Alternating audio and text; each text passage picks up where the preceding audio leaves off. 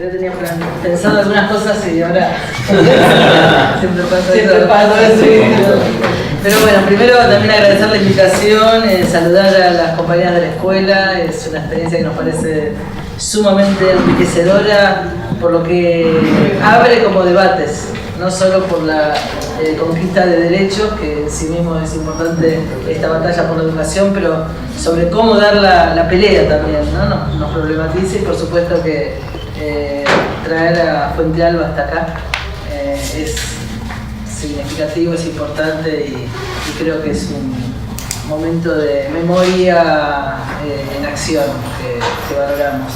También saludar la creación, el proceso de creación del instituto, del que somos parte o que no hemos aportado mucho, para ser honestos, desde Parimos en Rebeldía, porque estamos bastante complicados a veces con los tiempos, pero que nos interese y que queremos ratificar nuestro interés en contribuir, porque tiene mucho que ver con lo que estamos buscando, con lo que necesitamos desde los distintos colectivos. Creo que estamos ensayando búsquedas de otra manera de investigar, de pensar el conocimiento y de rehacer el conocimiento. Entonces, de nuevo hoy estamos con la compilación, que a la tarde estamos con un taller, o sea que también me molesta eso, tener que venir después a la tarde no poder estar en los diálogos, pero sí expresarles que estamos como atentos, nos interesa, queremos ver en qué podemos llegar a algunos acuerdos de laburo en concreto, de intercambio, de diálogo y de compromiso con este proceso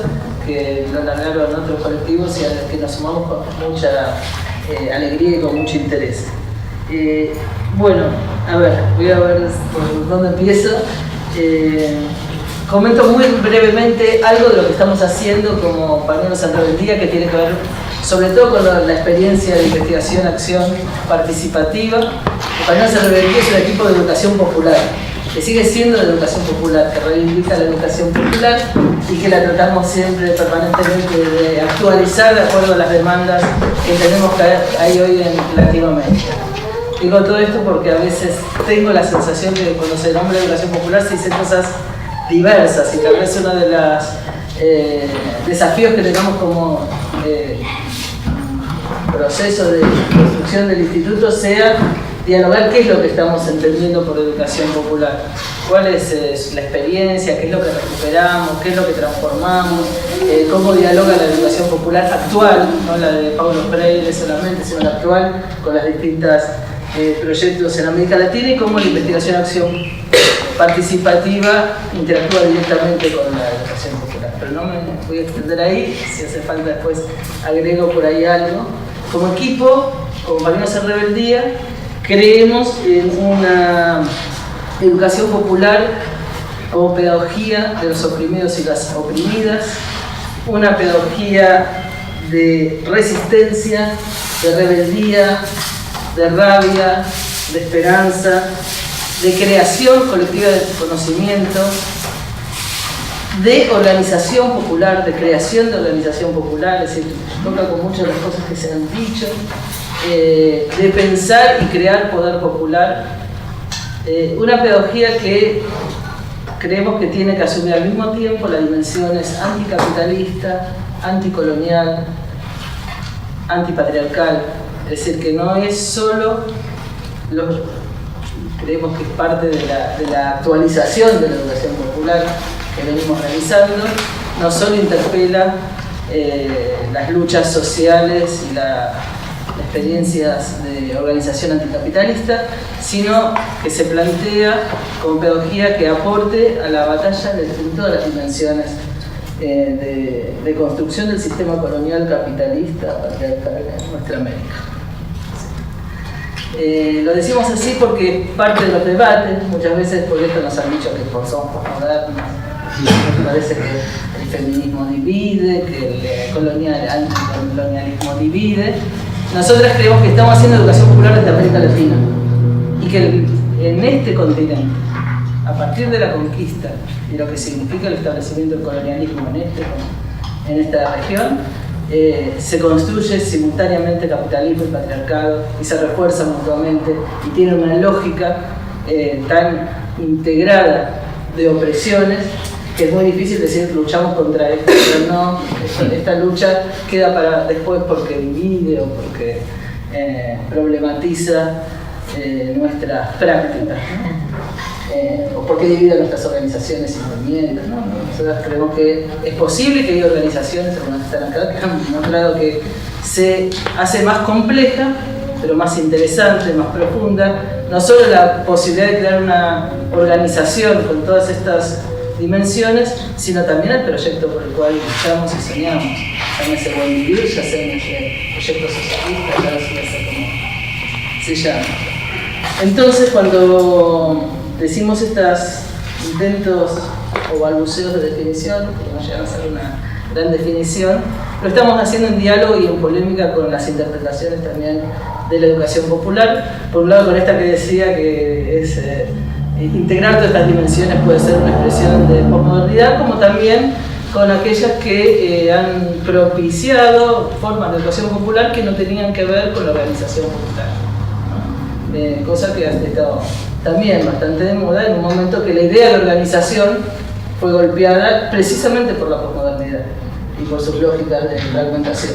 Entonces, hemos tenido importantes debates con compañeros, compañeras que dicen, no, sembramos con nuestros talleres, pero la cosecha de todo. Es decir, nosotros no tenemos problema que sigan sembrando, pero nuestra apuesta, en nuestro caso, es trabajar con colectivos y con organizaciones sociales populares que se planteen no solo sembrar, sino también cosechar y que los nuevos frutos puedan generar nuevas siembras no transgénicas en otros El proyecto de investigación, acción participativa que estamos desarrollando hace ya varios años se llama de Resistencias Populares a la Recolonización del Continente, un nombre larguísimo, nunca le encontramos una vuelta simpática para la comunicación. Y tuvo varias etapas, no lo voy a describir largamente, simplemente decir que fue una etapa de trabajo de las comunidades de los lugares en 3 regiones, noroeste argentino, Triple Frontera y Patagonia, con algunos ejes de cómo impacta el modelo capitalista, colonial, patriarcal en las poblaciones, en las comunidades en esa región. Se trabajó en estas 3 zonas a través de talleres, con diálogo o en diálogo con intelectuales de la región, pero en un diálogo. Y ahí es como también un tema que ponemos en discusión, que es el rol de los intelectuales, de los educadores y educadoras, de los profesionales, de los profesores y profesoras, ¿no? Es decir, entendíamos que quienes construyen o crean colectivamente conocimientos son las comunidades y que como intelectuales colectivos, donde el papel de los educadores, educadoras, profesores, profesoras es el de intelectual orgánico que aporta en ese proceso, que ayuda a construir ese proceso, pero no es ni el que lo inicia ni el que lo cierra. No es quien tiene la síntesis del proceso. La síntesis está en el colectivo. Y eso, bueno, es algo difícil porque deconstruye muchas de las lógicas pedagógicas tradicionales y tiene que ver, eso sí, con la educación popular. Es decir, no ponemos al maestro, la maestra, el profesor, profesora en el lugar de la síntesis de los conocimientos construidos por el colectivo. Creemos que el colectivo en su conjunto, con el aporte de ese educador, educadora, tiene que lograr esos procesos de creación y es muy difícil. Y ahí después si hace falta el intercambio, la sistematización de experiencias nos ayuda a poder producir esa síntesis colectiva. Pero es muy común que se delegue en el educador o la educadora ese trabajo, ya sea por una delegación institucional o por una delegación natural, pero que reproduce las lógicas de la educación que conocemos, ¿no? Es que hay alguien que sabe hacer ese trabajo y hay alguien que no sabe. Esto para nosotros es un problema puramente metodológico, es un problema conceptual, porque tiene que ver con quiénes son los sujetos de la educación popular, o de la investigación, acción participativa, o de los 2 procesos simultáneos. Y si el sujeto es el movimiento popular organizándose o organizado, es el colectivo popular, bueno, es ese sujeto quien tiene que hacer también la traducción de sus procesos, la teorización de sus procesos, a una forma también de teoría y de comunicación de la teoría que pueda aportar a la creación colectiva de conocimientos de ese sujeto y del movimiento popular en su conjunto. Tiene que ver con la autonomía de los sujetos. Autonomía que también es un término que fue bastante golpeadito en estos años, ¿no? Y que yo quisiera recuperar y volver a ponerlo en el debate. Y ya sé que hay un montón de experiencias de autonomía que pueden haber bastardeado o golpeado la noción de esto. Pero digo porque bastardeado en el sentido de que llevó a una mirada solo hacia sí mismo, al margen de la lucha social, al margen de los otros colectivos, a miradas muy sectarias, muy hegemónicas, aunque fueran de colectivos determinados. Pero la idea de autonomía en la construcción del poder popular tiene que ver con la posibilidad de que los sujetos organizados puedan pensar, crear su propio camino, su propia historia y su propio proyecto. Y no significa no tener relación con el Estado. Uno puede tener desde el sujeto popular, que se tiene cuando hay lucha, relaciones con el Estado. Pero relaciones de Estado no como un elemento de transmisión o correa de transmisión de políticas estatales decididas por otros, sino desde la decisión de la política del sujeto se interpela al Estado y se ve qué es lo que se puede dialogar o qué es lo que se puede construir. Bueno, esos son temas que han atravesado todos nuestros debates de construcción política, pero nos parece importante eso de recuperar la noción de autonomía. Decía que hicimos estos procesos de talleres, tratamos de ver el impacto de las poblaciones, después dijimos, ¿y ahora cómo es la síntesis? Y la síntesis tenía que ver con la producción de algún tipo de sistematización que la tradujimos colectivamente en un proceso que fue el juicio ético popular a las transnacionales. Un juicio que hicimos en las 3 regiones donde habíamos hecho la investigación y que tuvo un momento de síntesis en Buenos Aires, y acá acuso autocríticamente los problemas del centralismo y de las relaciones con el poder, o sea que para que impacte a veces tiene que hacerse esa síntesis, o tiene que hacerse, o lo hacemos sin ver cómo rompemos esa lógica, pero tuvimos los 3 procesos de síntesis y tuvimos los 3 juicios en las 3 regiones, y después un juicio que se hizo acá en Buenos Aires, en las transnacionales, que eran algunas, que era una selección, las que vimos de acuerdo a los procesos comunitarios que estaban mayor necesidad de hacerse, donde estuvo Monsanto, donde estuvo Repsol, donde estuvo la BAC, bueno, y todos eran en total 11 corporaciones. Acá es interesante, yo no sé cómo ustedes digo, porque en la práctica se nos plantean mucho estos debates teóricos que tenemos, ¿no? El tribunal estaba integrado por movimientos sociales y por intelectuales, llamados intelectuales, considerados intelectuales, reconocidos como intelectuales por la academia. Y digo todos estos adjetivos porque hay un montón de intelectuales de los movimientos que en general son intelectuales de los movimientos y no son ni autorreconocidos ni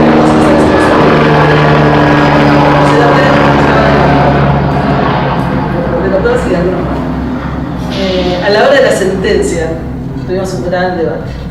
La sentencia venía de un proceso regional que teníamos que sintetizar en él. Y ahí los compañeros, porque eran intelectuales compañeros de todas maneras, creían que podíamos hacer la sentencia sin el proceso previo de creación de conocimiento. Desde el saber que cada cual tenía, y saberes que son sumamente explorados, por eso los habíamos invitado a ser parte de ese tribunal. Pero había conceptos que venían de los procesos colectivos que no entraban en la sentencia última. Y fue un debate de varios días. Y fue muy interesante para nosotras y nosotros poder ver cómo era ese diálogo entre movimientos sociales y los intelectuales, que siendo parte de la lucha popular y muchas veces aportando elementos muy interesantes, les costaba tanto, sin embargo, poder entrar en diálogo con los sujetos que estudian, ¿no? O sea, con las organizaciones populares, de las cuales se nutren muchos de los conceptos que hoy están en discusión. Porque una de las cosas que discutíamos, si vamos a hablar de soberanía alimentaria, ¿dónde fueron creados los conceptos de soberanía alimentaria si no es fundamentalmente desde el aporte de las organizaciones campesinas? Y si hablamos de soberanía energética, y si hablamos de soberanía territorial, y si hablamos de buen vivir, todo lo conceptual de las teorías que muchas de los compañeros y compañeras intelectuales recuperan en sus reflexiones vienen de la creación del movimiento popular, aunque no se les dé suficiente crédito en muchas ocasiones. Bueno, ese era un paréntesis que me parecía interesante compartirlo, porque fue un debate intenso y no es como, y lo comparto en el sentido de lo que estamos buscando hacer. O sea, porque la interpelación que decían los compañeros que están en la universidad, la interpelación a la academia es difícil, es dura. Y en algunos lugares es más dura. Cuando nosotros empezamos el proceso, en el caso del noroeste, por ejemplo, lo empezamos porque los compañeros y compañeras de la comunidad no hacían que se le morían los chicos. Y que no había manera de demostrar que los chicos se morían por contaminación. Eso fue hace varios años. Y incluso nos pasaba esto de que hablando con algunos compañeros de UTD de Mosconi, que son los primeros que nos dan el alerta, porque estamos en un proceso de trabajo con ellos, de que sobrinos de uno de los compañeros estaban muriendo en Famillá, por ejemplo, etcétera. Y los hospitales los sacan a la hora de la muerte, unas horas antes, para que no haya registro en el hospital, decía, por ejemplo. Para que no quede la denuncia registrada que se murió por tal cosa. Entonces, no hay cifras reales. Y ahí nos pasó mucho, o sea, empezamos desde ese lugar a llamar a hospitales, ¿qué pasa? Y no había respuesta. Había una corporación médica en este caso, que en ese momento no daba respuesta a elementos que la población y que la comunidad se estaba observando y denunciando.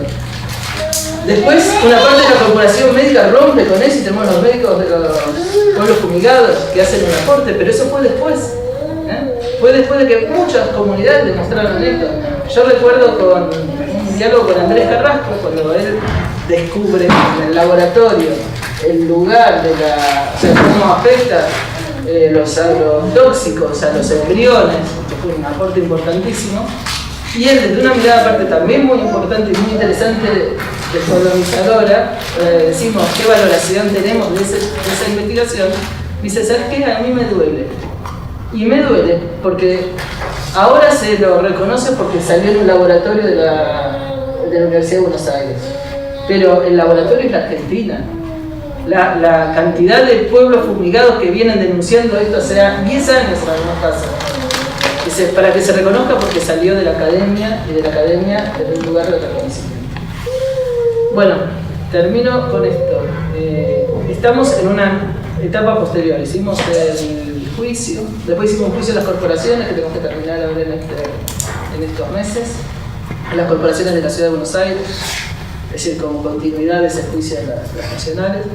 Y pensamos por dónde seguir y la idea es seguir discutiendo e investigando las alternativas. Es decir, ¿qué hay en el campo de las alternativas a este modelo? Porque nos parece que uno de los problemas que tenemos en los movimientos populares es que nuestro discurso se quiebra por momentos.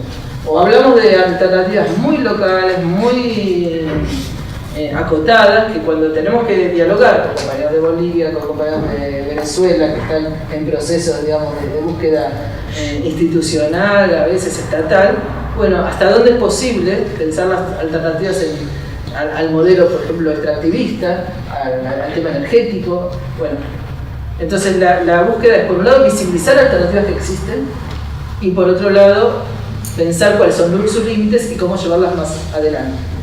En eso están invitados todos y todos porque pensamos que necesitamos como compartir muchas experiencias. Vamos a trabajar por ahora hasta donde pensamos 4 ejes. Una es soberanía alimentaria, otra es soberanía energética, otra es soberanía sobre cuerpos y territorios, y el otro es educación y comunicación popular.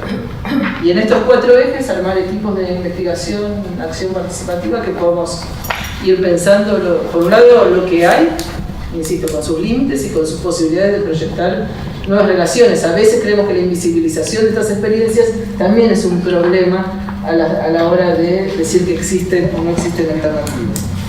Y terminando, ya sé, digo, nos parece muy importante el diálogo con América Latina. Yo pensé que, pero ¿cómo hacemos? ¿Por qué? Porque hay, así como decía, Argentina es un laboratorio de aplicación de agrotóxicos. Muchos de los problemas que hoy sufrimos y vivimos en la Argentina, por ejemplo en los territorios, los compas de Colombia tienen mucho caminado, o de México, ¿no? Es decir, lo que hoy estamos compartiendo, lo que pasa en Rosario, con la muerte de pibes, pibas, todos los días. Ya no digo el último suceso que es otra dimensión, pero sí lo que significa la llegada del narco a los territorios, el desplazamiento de los movimientos sociales del territorio, porque cuesta mucho la cotidianeidad de estar ahí, cómo lo han enfrentado, cómo son las redes que lo enfrentan, cómo se han enfrentado el paramilitarismo que viene enseguidita al lado del narco. Es decir, hay mucho para intercambiar, mucho para conocer, para no empezar de cero cada vez. Cuando la compa relataba su experiencia, yo me acordaba hace muchos años, estaba acá Bernardo Jaramillo, gente de la Unión Patriótica, líder de la Unión Patriótica, todavía no era presidente, y asesinaron en ese día a Pablo Leal, que era también presidente de la Unión Patriótica. Y yo le pregunté, claro, estábamos impactados por la noticia, ¿no? Y le digo a Bernardo, ¿qué medidas toman? Y él, así que era humorista, dice, bueno, por ahora tal cual, medida del cajón, ¿no? Y yo me lo quedé porque al poco tiempo mataron a la persona, ¿no? Enseguidita. Entonces, el tema es que hay una acumulación de experiencia, porque los compas siguen pegando. Si uno piensa que con tanta muerte podrían haber quebrado el proceso de resistencia en Colombia, y no pudieron quebrar ni la resistencia de las organizaciones sociales, por más que ellos dijeron de los vaivenes, ni siquiera la resistencia de las organizaciones armadas. Así están las dos ahí. Es decir, buscando un proceso de paz, pero aprendiendo también de los procesos de paz de otras organizaciones para que no sea una rendición, porque sabemos ya que la rendición es masacre en Centroamérica. Entonces, digo, lo nombro nada más que como ejemplo de lo que necesitamos interactuar, de lo que necesitamos intercambiar, de lo que necesitamos aprender de nuestros procesos y de lo que necesitamos proyectar.